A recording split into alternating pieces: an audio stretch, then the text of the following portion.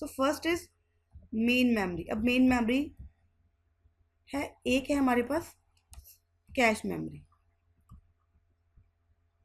सो main memory की जो division है that is in the form of blocks. Okay, the division of main memory is done in the fixed size blocks. Suppose it is block 0, B0, okay, B1, B2, B3. So the main memory is divided into blocks of fixed size. Here B0, B1, B2. These are the blocks having fixed size. Okay. Now how cache memory is divided? Cache memory is divided into lines. Okay, suppose this is a cache memory and one division is called as line 0, line 1, line 2, line 3 and so on.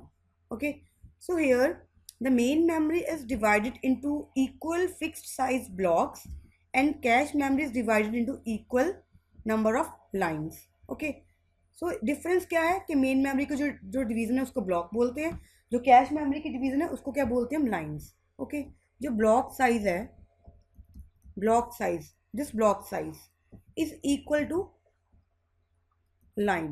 Okay, block size is equal to, you can say, line size. Okay, this one division is called as line, one line. So cache memory is always divided into lines, number of lines. One block is equal to one line, the capacity is the same.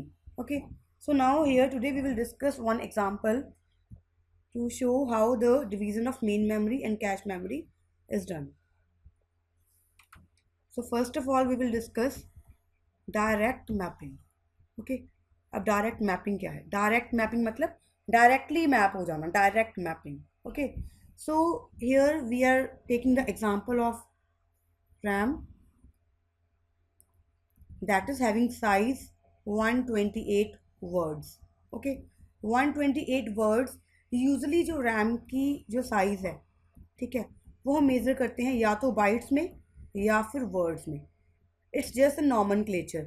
You can also consider the RAM size into bytes और the RAM size into words. We are taking example of the main memory that is having the capacity to store 128 words. Okay, here the main memory is divided into blocks. So here this is block B0, then B1, then B2. So it will be divided up to how many blocks? One block is capable of storing 4 words. Okay, one block. ठीक है, ये हम example ले रहे हैं कि एक main memory है जिसमें टोटल कितने वर्ड्स हैं, 128 वर्ड्स हैं. Cache memory, this is a cache memory. Okay, so cache memory is having the capacity of 16 words. 16 words, yes, words. So here total there are 128 words and block में ये divided है. ठीक है, एक word की जो एक block की जो capacity है वो कितनी है, 4 words. 1 indexing जो है वो 0 से start होगी, then 2, then 3. ठीक है, so W0 से लेके W127 तक वर्ड्स स्टोर्ड होंगे क्योंकि टोटल कितने वर्ड्स हैं इसमें, 128 वर्ड्स. ठीक है, तो 0 से लेके 127 तक कितने वर्ड्स हुए, 128 वर्ड्स.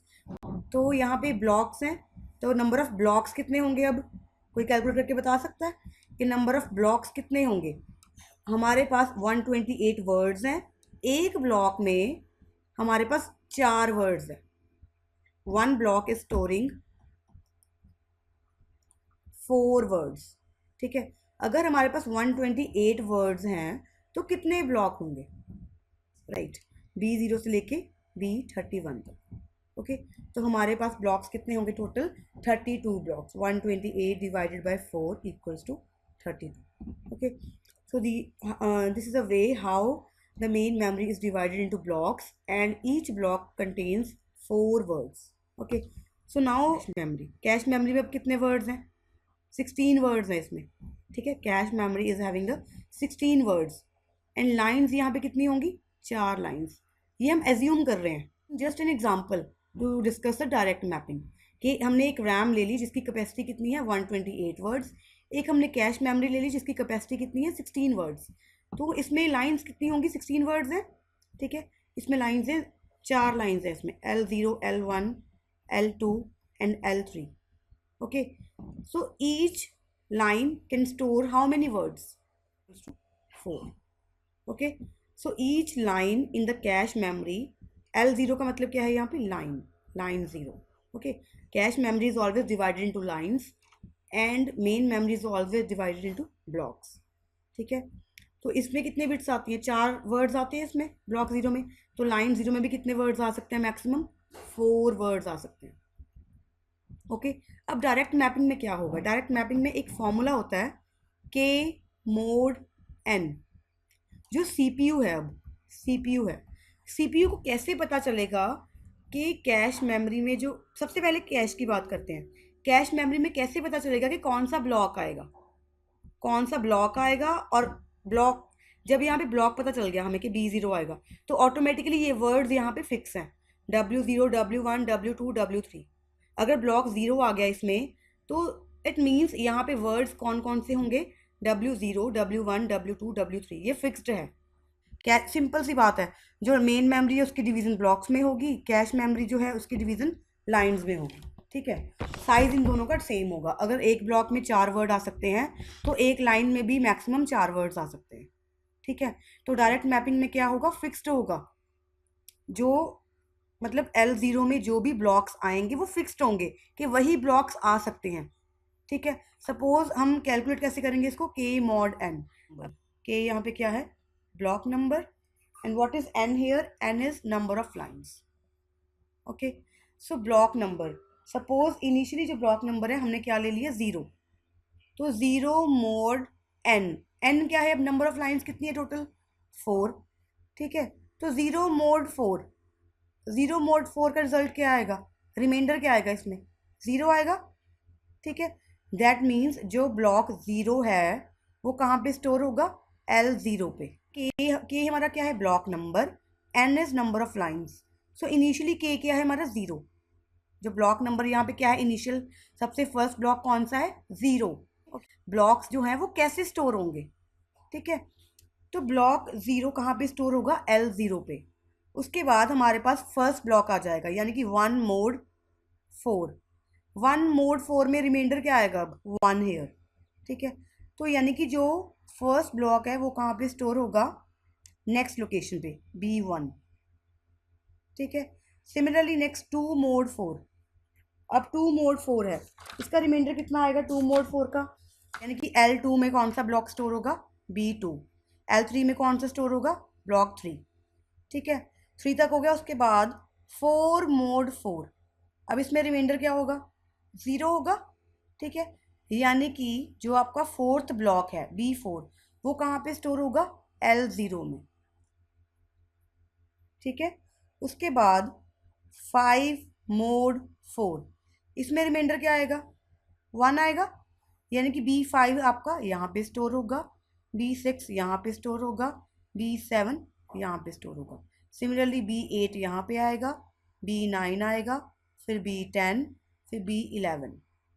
ओके, इस तरीके से जो 31 ब्लॉक है, मतलब 32 टोटल ब्लॉक्स हैं, वो इस 4 लाइंस में कैश मेमोरी में स्टोर होंगे।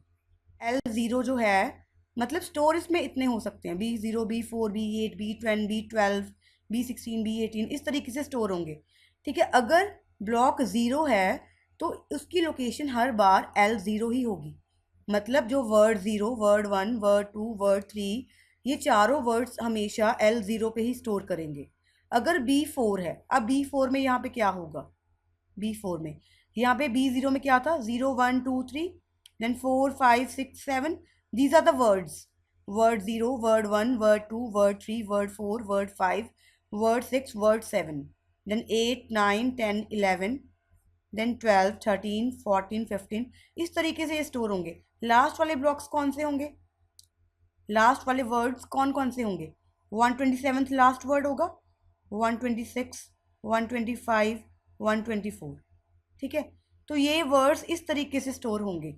तो एक टाइम पे एक लाइन में, कैश मेमोरी की जो एक लाइन है उस पर एक टाइम पे एक ही ब्लॉक स्टोर होगा, ठीक है, तो यहाँ पे मैंने लिखा है B0, that means her bar B0 L0 पे ही स्टोर होगा।